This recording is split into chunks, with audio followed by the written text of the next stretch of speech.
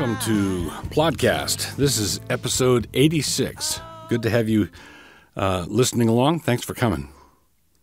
So, as I'm recording this, just a couple of days ago, the Mueller report dropped. This is Monday, and the report was delivered last Friday, I think.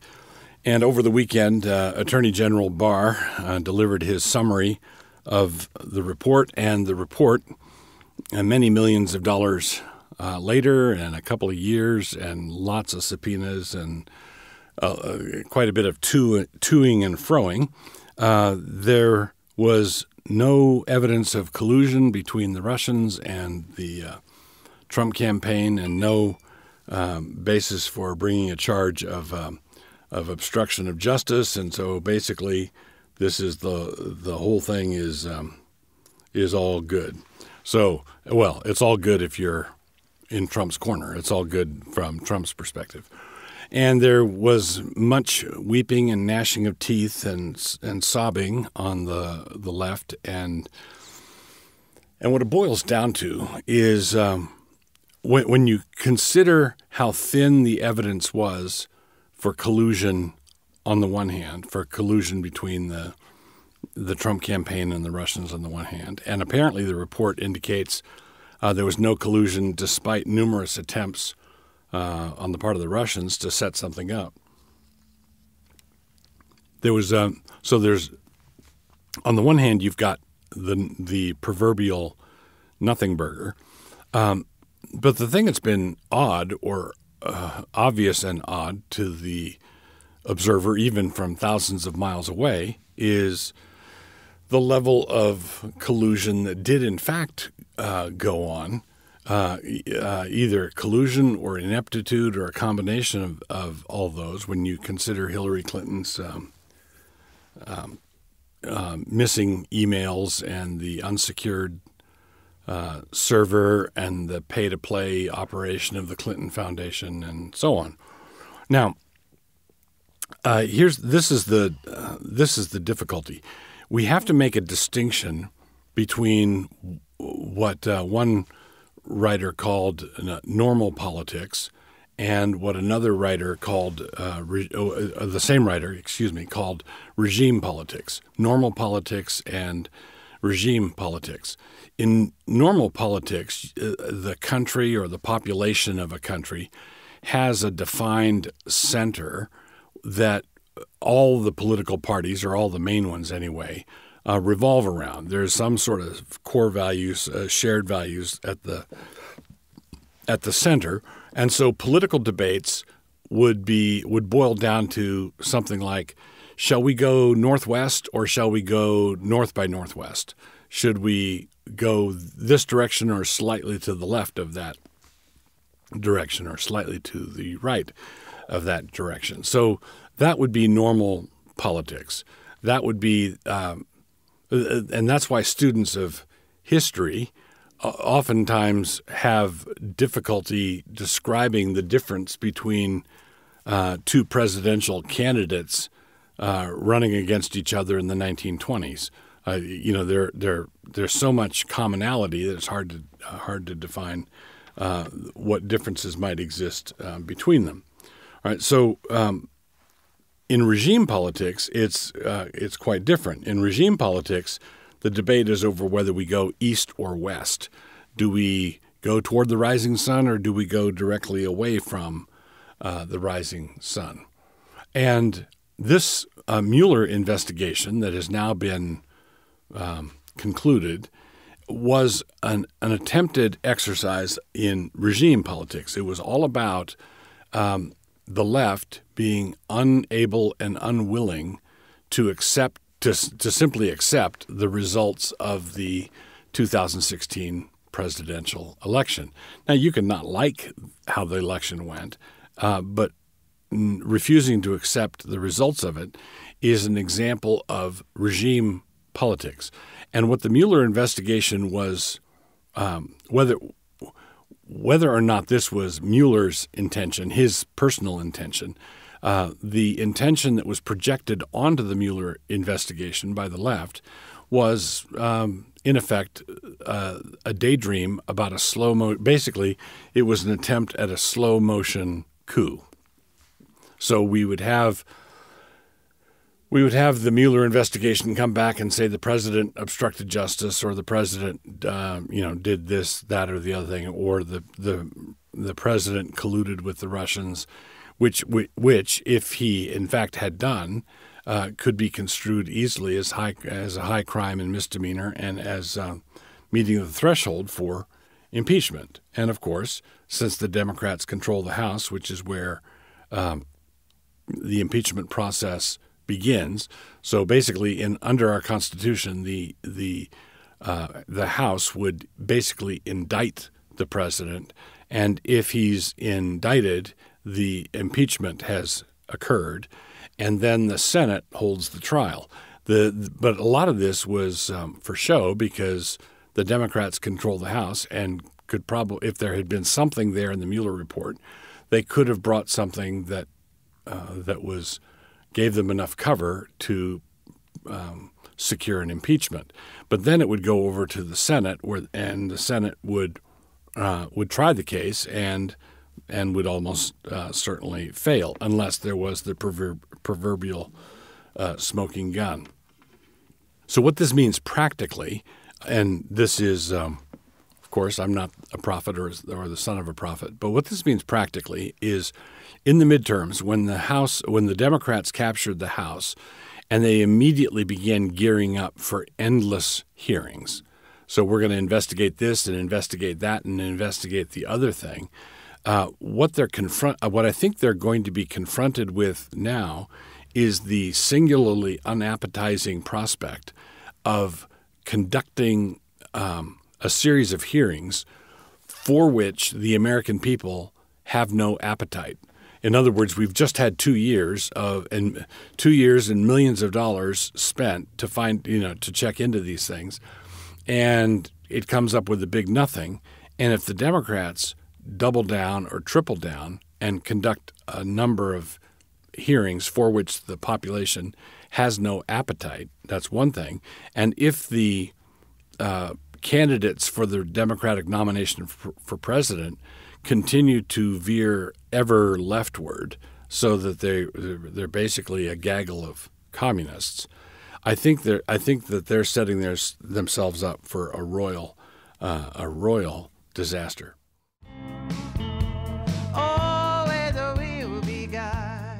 So in my book review section of episode 86 of our Plodcast, I want to talk a little bit today about The Virtue of Nationalism by an Israeli gent named Hazony. So The Virtue of Nationalism. Now, this really is a fascinating subject, because everybody has got their own set of assumptions and their own nervousness about nationalism. We know that nationalism can go off the rails, and you can have a nationalistic nightmare like you had with the Nazis in Germany. That was a nationalism. So basically, communism is international socialism, and the Nazis were national socialists. So, and we think of nationalism, we think of someone who's just sort of unbalanced and my country, right or wrong sort of thing. That quotation, my country, right or wrong, comes from an early American naval hero named Stephen Decatur. And it was a toast that he gave. And the full toast was, "My country, may she always be right, but my country, right or wrong." Now, that's sort of like, as I think Chesterton once put it, toasting your mother and saying, "My mother, drunk or sober." Well, yeah, but that's wrong. That would be bad manners to talk that way. But at the same time, it's true. She is your mother, drunk or sober, and that is your country, right or wrong. Now, if you mean by that saying that, if you mean by that saying that if your country's wrong, it doesn't matter because it's your country and you're just going to shut up about it, then that's a real problem. But Hazony, in this book, shows that nationalism is actually he describes it as the ideal arrangement for peaceable relations among the nations of men. And there are several important takeaways that I got from this book. One was how he set up in a very obvious way what the logical options are. So if we have people all over the globe, and we do, then we're going to organize ourselves in a particular set of ways. There are a limited number of options. And basically, currently, the options are, and the first one's not that realistic an option, is we will organize ourselves according to tribes. That's number one. We're going to organize ourselves according to nations. That's number two, and that's what Hazony is arguing for. Or number three, it's going to be some form of globalism. So either tribal or national or global. And anyone who talks about how we ought to organize our affairs is going to have to fit what he's urging into one of those categories. Now, I think tribalism would be a possible way to go in certain parts of the globe because tribes are still the primary, social unit that interacts with the people in their families, in their households. But for most of the globe, overwhelmingly, people are dealing with nations, and there are globalists who are trying to establish the primacy of international law or the primacy of international treaties or the primacy of the United Nations or adjuncts to the United Nations. Hazony shows, and I think argues wonderfully, that given those three options, every reflective Christian who looks at the specter of globalism and what it would be likely to happen under that sort of thing is going to want to opt for some form of nationalism. And I think that the other thing that Hazony does is he shows that different nations, when a particular nation is on its game and is running around the world saying we're number one, that nation is in an imperial phase, and that's just a particular form of globalism. So this book was just very helpful in setting out what are the possible options, what are the possible ways to go. It's a readable book, it's not a doorstopper, it's not a big, huge book, it's a readable book. The second thing that I found very helpful about this book was his discussion of social contract theory. There were some early modern political thinkers, men like Thomas Hobbes and Jean-Jacques Rousseau and John Locke, who postulated what has come to be known as social contract theory. Now, John Locke, who was very instrumental in the American founding, wanted to use social contract theory as a way of protecting the maximum number of rights for the individual. And Jean-Jacques Rousseau is rightly called by C.S. Lewis the father of the totalitarians. And Thomas Hobbes was something of an autocrat or an authoritarian himself. So generally speaking, the social contract theorists were not friendly to individual liberty. John Locke was, but I think that the foundational assumptions in social contract theory actually run in the direction of Hobbes and Rousseau more than they run in the direction that John Locke would want them to run in. And this is because social contract theory has to do with this primeval parliament that, a hypothetical construct, this primeval parliament where individuals surrender a certain number of their rights in exchange for safety, protection of their remaining rights, and so on. So this is a hypothetical construct that enables us to function in society and gives the state legitimacy. The difficulty is for Christians, and this is not something Hazony goes into, but it's something I saw reading his book, and it was very helpful in this regard. Why do you have individuals voting at this hypothetical parliament? Why didn't we vote by household? Why didn't we vote by tribe? Why didn't we send the chieftain of the clan down from the highlands to represent our people? In the Bible, households are decision-making units. We didn't fall as a race until Adam, the head, fell. Eve was deceived and sin was in the world, but Paul says in Romans 5 that sin didn't enter the world except through one man. So when the head fell, we fell. Eve was deceived when she shouldn't have been, but that didn't cause the race to fall. When Abraham decides to move to the region of Hebron, his household is, hundreds of people, and he makes the decision and he moves and everybody moves. There's no reference to a referendum. So the decision-making unit, everything boils down to who were the decision-making units at this original primeval social contract.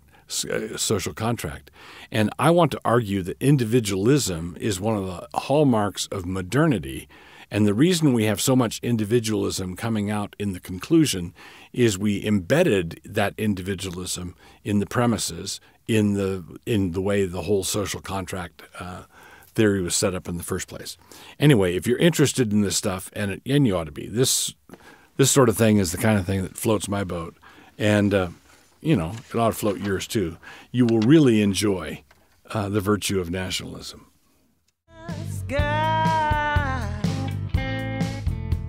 God don't never change.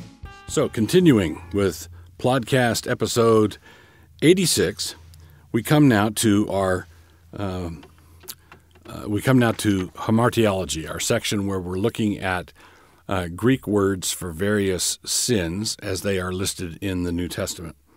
So, hamartiology. We learned some interesting things about Paul's use of the law from his use of the word Anoma. In 1 Corinthians 9:21, he uses it 4 times. To them that are without law, there it is, Anoma. To them that are without law, as without law, being not without law to God, but under the law to Christ, that I might gain them that are without law. So here he's referring to his relationship to the Torah and to what the New Perspective on Paul folks are calling boundary markers. But the word Anoma almost always carries connotations of moral failing also, which is why when Paul says that, he hastens to add, being not without law to God, right? So in Matthew 15:28, it says, and he was numbered with the transgressors. Transgressors there would be those without law. The same point is made on a different occasion in Luke 22:37. And the word is used in a phrase in 1 John 3:4 in a way that means transgress the law. Whoever committeth sin transgresseth also the law. And again, in the second half of that same verse, sin is transgression of the law. This means that these categories are not as watertight as some people might want to think. So, Anoma, without the law.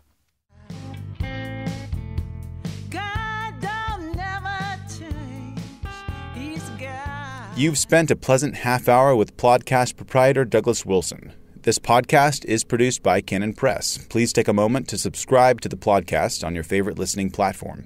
To hear more from Doug, please visit canonpress.com.